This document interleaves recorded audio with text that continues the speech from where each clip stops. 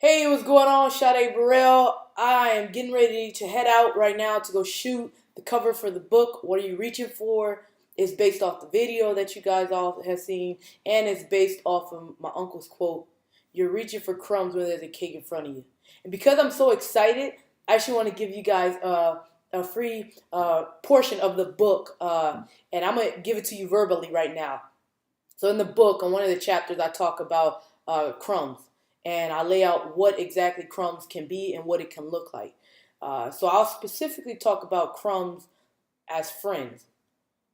In the book, I say that sometimes friends can be crumbs. Well, how can friends be crumbs?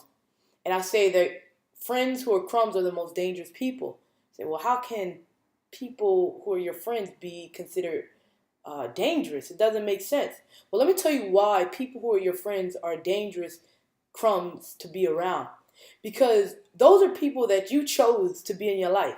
They're not people who are born into your family. They're not people who are adopted into your family. These are people who you chose, who you willingly said, these are the people I'm going to welcome in my life, and these are the people who are going to represent me.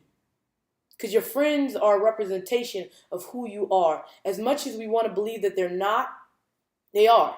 Who you hang around with tells a lot about who you are as a person. And so I always used to say to people, show me who your friends are, and I'll tell you who you are as a person. See, I split my time in different percentages.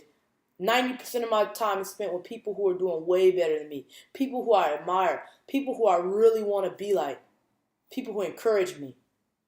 The other 5% is spent with people who I consider wobblers. What are wobblers? Well, wobblers are people who have one foot in, one foot out. I want to do good, but I don't want to give up this. Why would you spend 5% of your time with those people? Well, because they actually have the ability, if you hang around them long enough, they have the ability to lean more towards the good than the bad. And if you have someone like that in your life, then yes, you can dedicate time to them so that you can get them over into your 90 percentile. And then the last 5% of people who I hang around with are people who are not doing good in life at all. Absolutely nothing. Just think about the worst person in your life who you know who has no drive. They have nothing to motivate them. Nothing.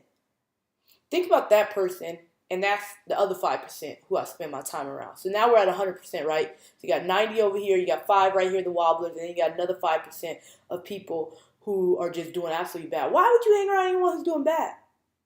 The reason why you hang around them is because it's your duty when you come up to go back to also help others. But 90% of my time is spent with the people who are doing well. So that 90% represent me. The 5% of the wobblers, they don't represent me completely, but I'm still there to make an impact. The other 5% of people who are doing completely bad and no drive, no nothing, those are the people who it's my job to go back and help because I was once that person. So choose your friends wisely. Don't allow crumb friends to overtake your life. Don't allow them to build a cake that was never meant for you. Don't allow them to build you a $20 cake when you deserve a $20 million cake. Don't ever settle for crumb friends. And don't make excuses for them. And when they ask why you don't have time, you simply say to them, I'm reaching. That's all the time I have. My name is Sade Burrell. Stand for something. I appreciate y'all.